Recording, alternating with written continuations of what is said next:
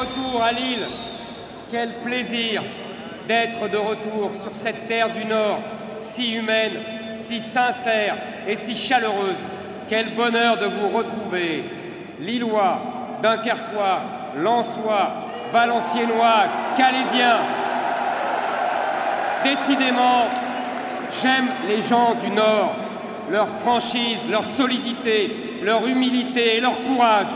Je voudrais m'adresser aujourd'hui à la France du travail, lui donner enfin l'espérance qu'elle attend.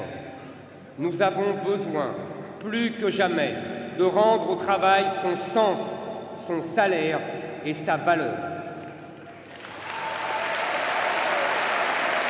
Je veux maintenant vous dire ce que nous allons faire ensemble pour que demain, pour que dans 1 an, pour que dans 5 ans, dans 30 ans, notre pays et nos enfants se portent mieux. Ici, encore plus qu'ailleurs, l'assistanat est une insulte. Ici, on se lève tôt le matin et on peut se coucher le soir avec le sentiment du devoir accompli. Et je sais combien ici, dans les classes les plus populaires jusqu'aux classes moyennes, on déteste l'assistanat. Quand on se lève chaque matin à 5 heures pour aller travailler, quand on gagne difficilement sa vie à la sueur de son front, on n'accepte pas que le voisin vive mieux que soi grâce à des aides sociales sans avoir besoin de travailler. Face à la folle lutte des classes et l'injuste loi de la jungle, je serai le président de la réconciliation des classes, le président qui réunira l'entrepreneur et le travailleur. Nous ne sommes pas de ces utopistes qui rêvent de la fin du travail et du revenu universel, ni de ces socialistes qui abandonnent les ouvriers et instaurent les 35 heures qui appauvrissent la France et les Français. Et Emmanuel Macron, qui s'est présenté comme l'homme du progrès et qui n'a rien fait progresser notre pays. En étant 8000 à Lille, vous faites de la peine à Martine Aubry. C'est pas bien ce que vous faites.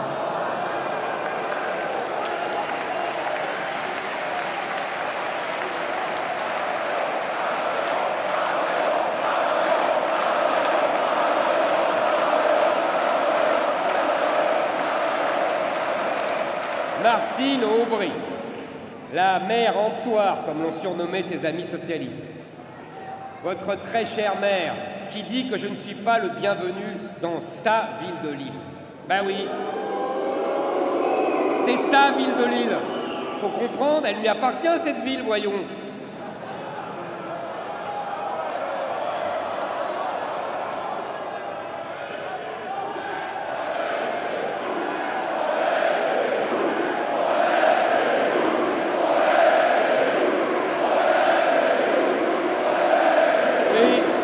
Martine Aubry qui appelle les antifas, cette racaille d'extrême gauche, à manifester contre nous aujourd'hui. Martine Aubry qui rêve de susciter des violences pour qu'on nous accuse ensuite d'être responsables de ces violences. Toujours les mêmes méthodes chez les gauchistes. Selon ces politiciens de gauche, la pauvreté mène nécessairement à la délinquance. Si l'on est pauvre, alors, forcément, on aurait envie de voler, de piller, de détruire et pourquoi pas de tuer. Cette théorie est affreuse. Que disent-ils? Il faut plus d'argent et on arrêtera la délinquance. La réalité, oui, la réalité, mes amis, c'est que ces quartiers sont tout sauf abandonnés. Ils sont gavés d'argent public et de prestations sociales. Ils sont en vérité privilégiés. La réalité, c'est que la véritable pauvreté, beaucoup de Français la connaissent, la vivent et la subissent. Ils vivent cette peur lorsque l'argent vient à manquer, lorsque les dettes s'accumulent et lorsque les fins de mois deviennent difficiles, voire impossibles. Lorsqu'on a travaillé toute la semaine et qu'à la fin, il ne reste plus un centime. Lorsqu'on s'est épuisé à la tâche et qu'on ne mange pas toujours à sa faim. Lorsqu'on est une mère seule et qu'on doit travailler toujours plus parce qu'il faut payer la garde des petits, ces angoisses, je ne les raconte jamais, mais je les ai moi-même connues quand j'étais enfant. J'ai connu à 10, 12 ans les huissiers qui frappent à la porte. J'ai connu l'obligation d'aller vivre chez mes grands-parents parce que mon père ne pouvait plus payer le loyer. J'avais la chance d'avoir un père travailleur, courageux, qui s'est toujours relevé, qui s'est sacrifié et qui m'a permis d'arriver là où je suis.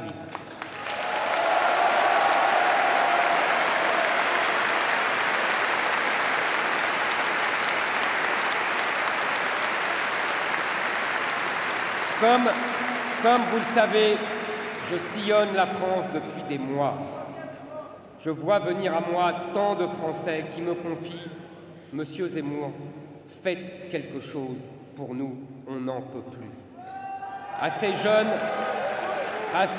de 20 ans qui me disent « J'ai coupé mon chauffage, je n'ai plus de quoi le payer. » À ces femmes seules qui soupirent « Je ne vais plus voir ma mère à la maison de retraite, l'essence est trop chère. » Oui, j'ai croisé souvent le désarroi et parfois la misère, l'indignation et souvent la colère. Ils me le disent, je les entends. Vous, mes amis, quand vous connaissez ces difficultés, vous restez dignes, vous restez honnêtes, vous restez fiers. Vous cherchez des solutions, vous ne fraudez pas, vous ne dégradez pas vos logements, vous éduquez correctement vos enfants, vous ne brûlez pas des écoles ni la voiture du voisin, vous ne cassez pas. Oui, chez vous, on ne casse pas.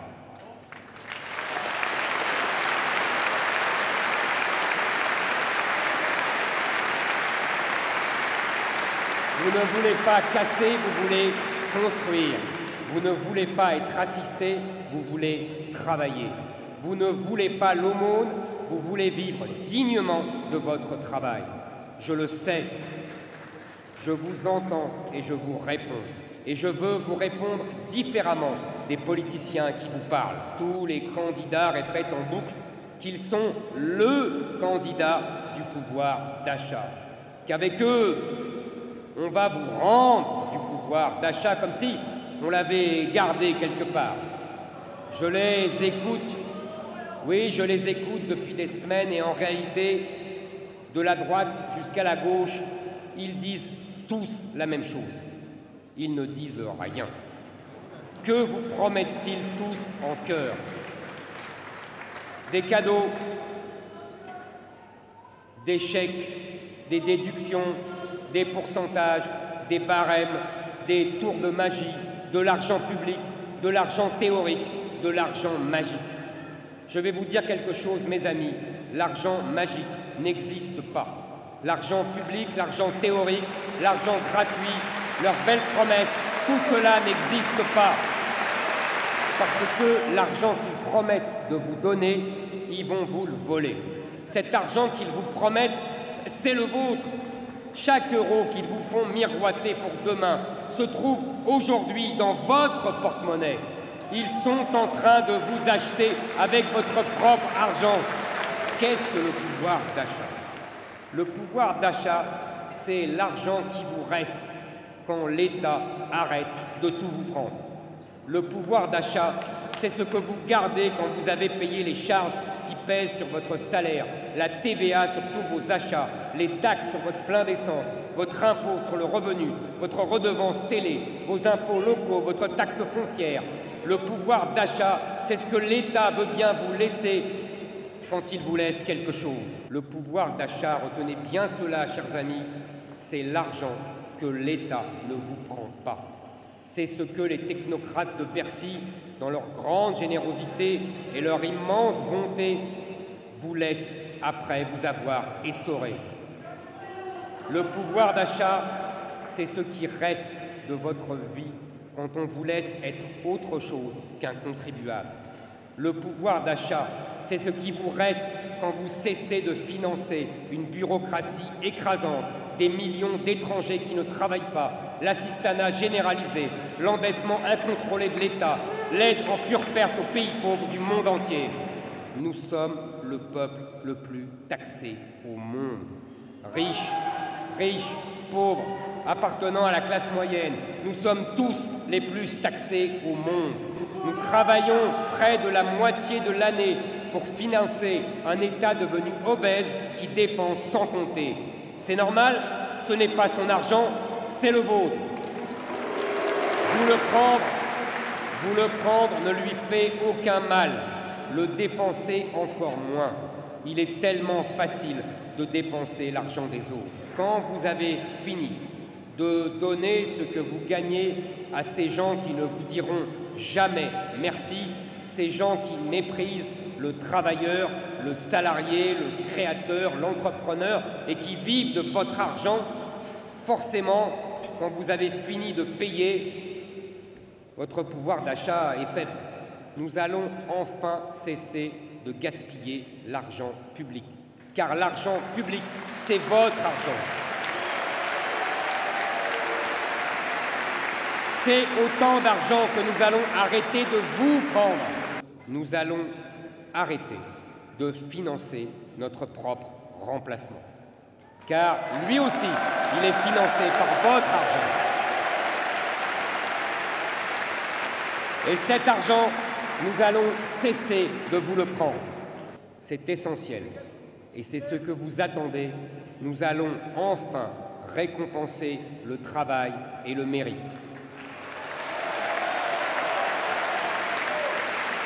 L'argent que vous gagnez à la sueur de votre front ne doit pas atterrir dans je ne sais quelle caisse publique, mais sur votre compte en banque. Il va falloir que notre État cesse enfin de gaspiller notre argent. Nous sommes les seuls dans cette campagne présidentielle à nous préoccuper de cet immense gâchis. Et cela est logique, nous sommes les seuls qui pensons aux prochaines générations. La responsabilité, c'est savoir, dans chaque réforme et dans chaque décision politique, que la richesse ne vient jamais de l'État, mais qu'elle vient des Français, que tous les matins se lèvent tôt pour aller travailler. En pleine crise du Covid, le gouvernement d'Emmanuel Macron a trouvé le moyen de faire un chèque de 140 millions d'euros pour aider le développement de la Chine.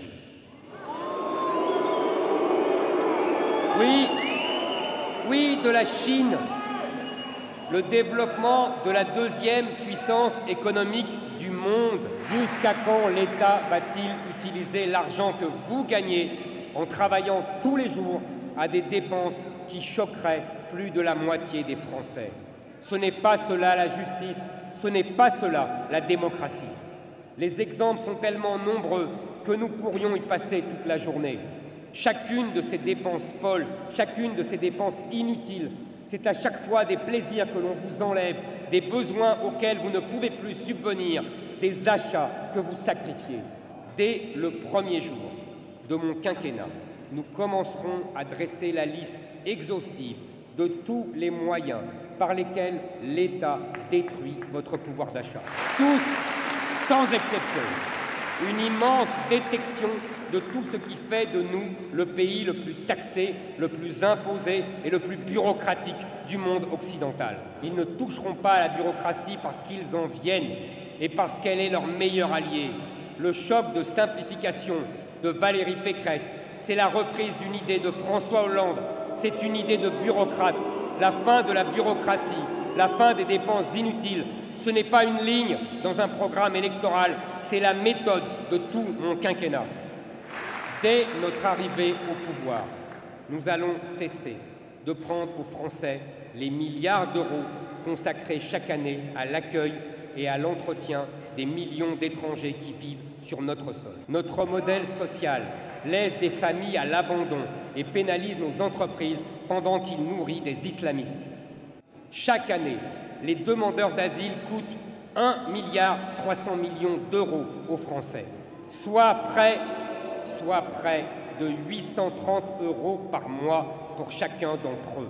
C'est plus que la retraite de tant de nos agriculteurs qui ont trimé toute leur vie pour nourrir notre pays.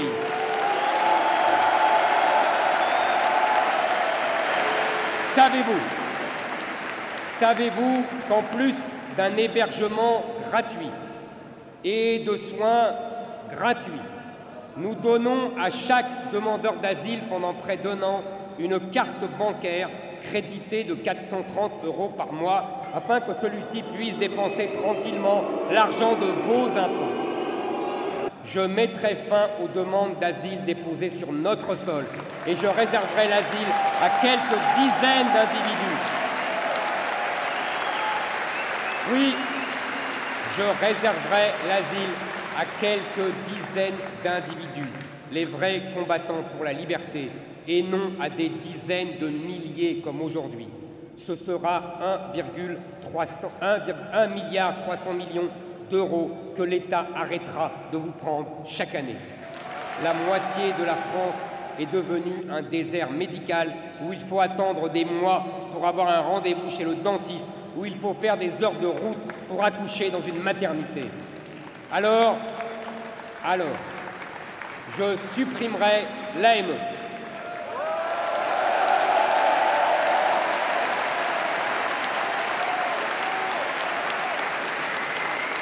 Oui, je supprimerai l'AME et j'embaucherai 1000 médecins salariés en urgence pour nos départements qui manquent de médecins. C'est bien la moindre des choses pour un pays qui prétendait avoir le meilleur système de santé du monde. Nous réserverons nos logements sociaux aux Français. Oui,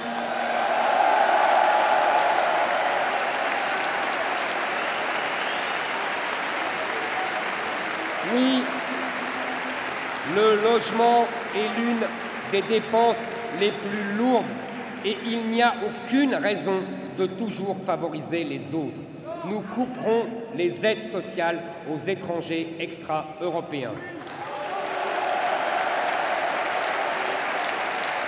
RSA, allocation familiale, aide au logement. En tout, ce sont plus de 20 milliards d'euros par an qu'on arrêtera de vous prendre.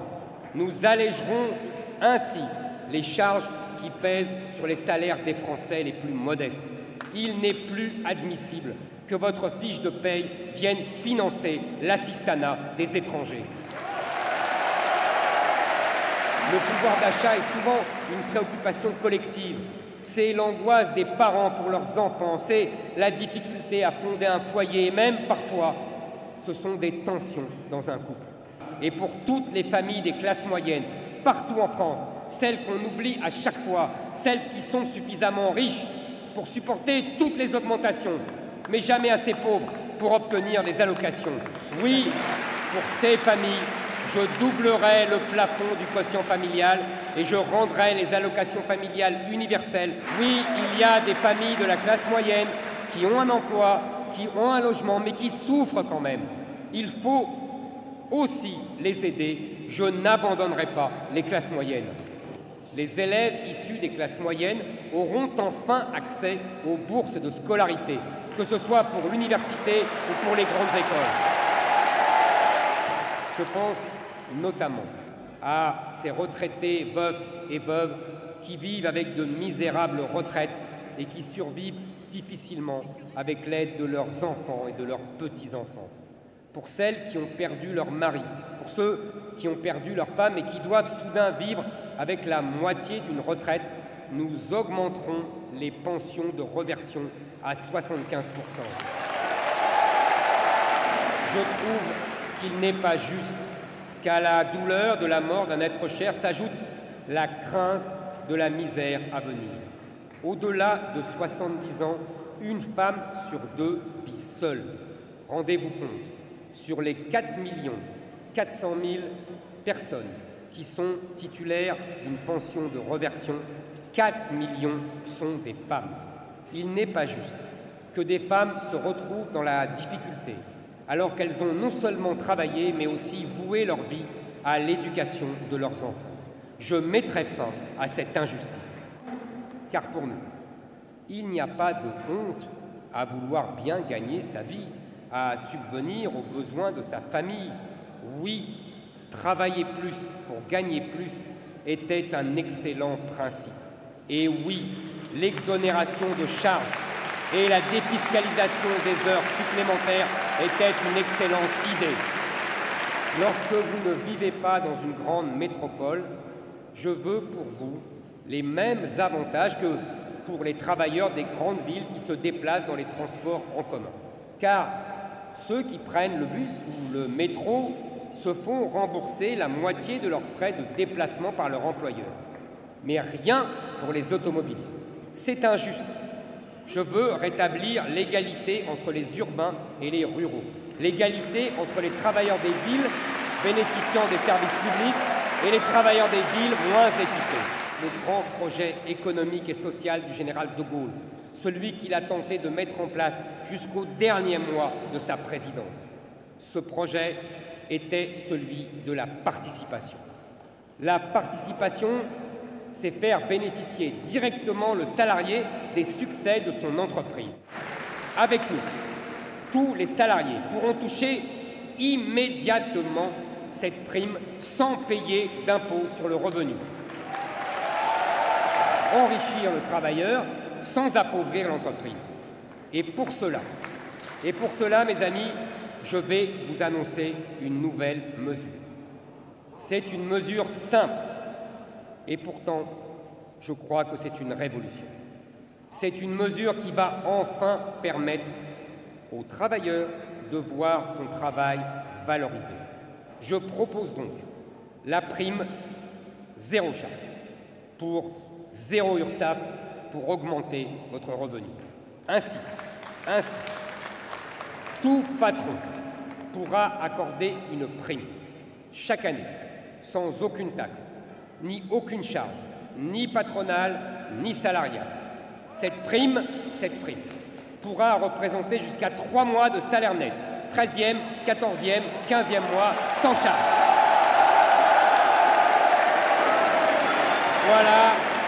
Voilà ce que je vous propose, mes amis.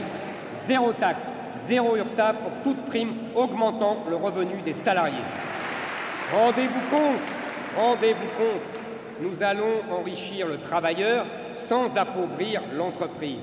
C'est une révolution économique, sociale, salariale inédite. C'est une immense mesure de justice sociale et fiscale.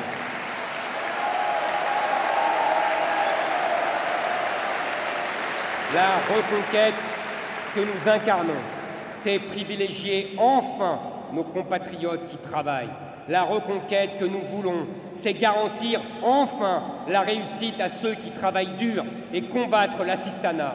La reconquête que nous défendons, c'est lutter contre le grand remplacement pour lutter contre le grand déclassement. Oui, le pouvoir d'achat fait partie des principales angoisses des Français et il fait aussi partie des principaux piliers de notre programme. Mais là encore, notre position est cohérente avec notre vision de la France. Oui, nous allons redonner envie d'y croire à tant de Français qui n'y croyaient plus, qui en ont assez de voir leur situation personnelle et celle de leur pays décliner. Oui, nous pensons que demain sera meilleur.